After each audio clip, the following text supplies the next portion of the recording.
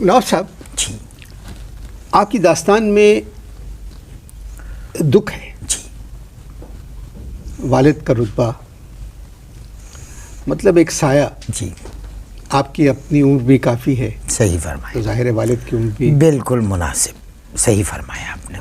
اور پتہ نہیں، چلیں بات چیت آگے بڑھاتے ہیں. اشتہاروں سے پہلے ہم آپ کے والد کی بدمعاشی پر بات کر رہے تھے. آپ تو اشتہاروں سے پہلے بات کر رہے تھے، ہم نے تو جب سے ہوش سنبھالا ہے تب سے کر رہے ہیں. مطلب جب آپ جوان تھے ان کی حرکتیں یہی تھیں. جی جی اس طرح کی باتیں لوگ کیوں کرتے ہیں؟ بھائی دیکھیے، جس طرح ہر مرد کی کامیابی کے پیچھے ایک عورت کا ہاتھ ہوتا ہے، بالکل اسی طرح سے ہر بزرگ کی بدمعاشی کے پیچھے ایک حکیم کا ہاتھ ہوتا ہے. ہمارے جو والد صاحب ہیں ان کے ایک دوست ہیں حکیم، ہیں شریف آدمی، نیک آدمی ہیں، لیکن وہ اپنی بدمعاشی دوسروں سے کرواتے ہیں. تو انہوں نے کیا کیا؟ کس نے؟ آپ کے ابو نے. بھائی دیکھیے، اب ان کا کیا ان کے ساتھ، ان کا ذوق ان کے ساتھ. بس میں یہ چاہتا ہوں للہ کسی طرح سے ان کو جیل سے برآمد کروا لیجیے، یعنی نکلوا دیجیے. تو کیا آپ کے ابو حدود آرڈیننس میں گرفتار ہوئے ہیں؟ جی نہیں، ابو جو ہیں وہ حدود آرڈیننس میں گرفتار ہوئے. حدود آرڈیننس کیا ہے؟ مجھے اندازہ تھا کہ آپ یہ سوال کریں گے. اصل میں انہوں نے ایک خاتون کا غصے میں گلا دبا دیا، اس کے حدود نکل پڑے تھے، بس اس میں وہ گرفتار ہوئے. تو کیوں کیا ایسا انہوں نے؟ اصل میں وہ خاتون نے کہیں ابا سے یہ کہہ دیا تھا کہ میں تمہاری شکایت اپنے شوہر سے کر دوں گی. ابا کو غصہ آ گیا، ابا نے گلا دبا دیا. تو کیا خاتون کو جانتے تھے؟ بھائی اگر جانتے تو خاتون یہ کیوں کہتی کہ میں شوہر سے شکایت کر دوں گی؟ تو پھر اس خاتون سے ملے کہاں تھے؟ اصل میں اس خاتون کو ابا حضور اردو پڑھانے جاتے تھے. صرف 3 دن پڑھایا اور چوتھے دن یہ حادثہ ہو گیا. تو آپ کے ابو استاد ہیں؟ جی ہاں. اب اگر بات کھل گئی ہے، ذکر چل پڑا ہے، تو یہ کہنے میں کوئی قباحت نہیں کہ ابا بدمعاشوں کے بھی استاد ہیں. اب دیکھیے، میں آپ سے ایک بات بتاؤں کہ ایک خاتون کو یہ فارسی پڑھانے جاتے تھے، ٹھیک ہے، فارسی پڑھانے جاتے تھے. ایک روز وہ خاتون کا شوہر ابا کو یعنی بازار سے مارتا ہوا سیڑھیوں تک لا کے چھوڑ گیا. آپ لوگوں کے سامنے؟ جی ہاں. تو وہاں انہوں نے کیا کیا؟ اب اصل میں ہوا یہ، جو قصہ ہمیں پتہ چلا وہ یہ کہ جب وہ خاتون کو پڑھانے جاتے تھے، ایک دن جب پڑھانے گئے تو انہوں نے کہا کہ بھائی تھوڑا انتظار کیجیے. ابا کہنے لگے نہیں مجھے بہت جلدی ہے. خاتون کہنے لگی بس میں ابھی سر دھو کر آئی. تو کہنے لگے والد صاحب کہ میں دھلا دیتا ہوں.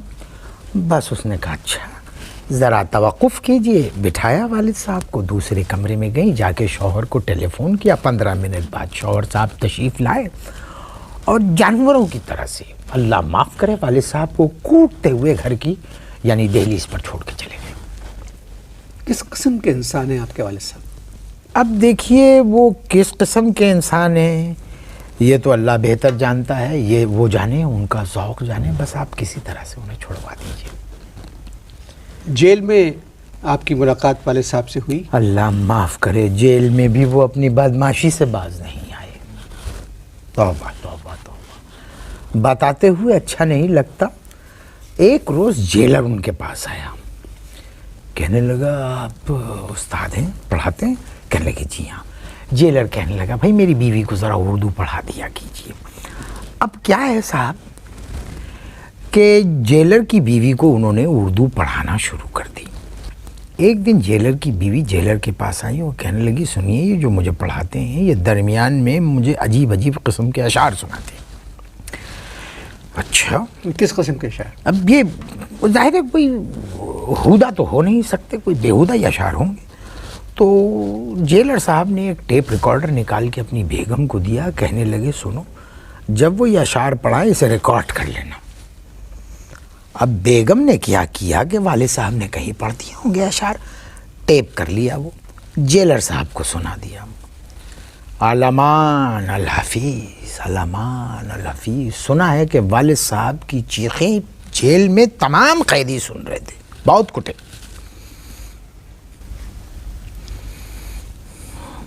جب تک آپ محترم مہمان کے والد صاحب کی چیخیں سنیں،